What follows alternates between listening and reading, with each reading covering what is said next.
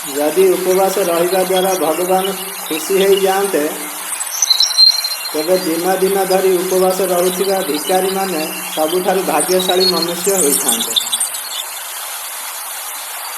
जीवन में एकुटिया चलने को अभ्यास करंतु, कारण एठी काम थिले सबू निजर, काम सरीगले केही नुहे कहार।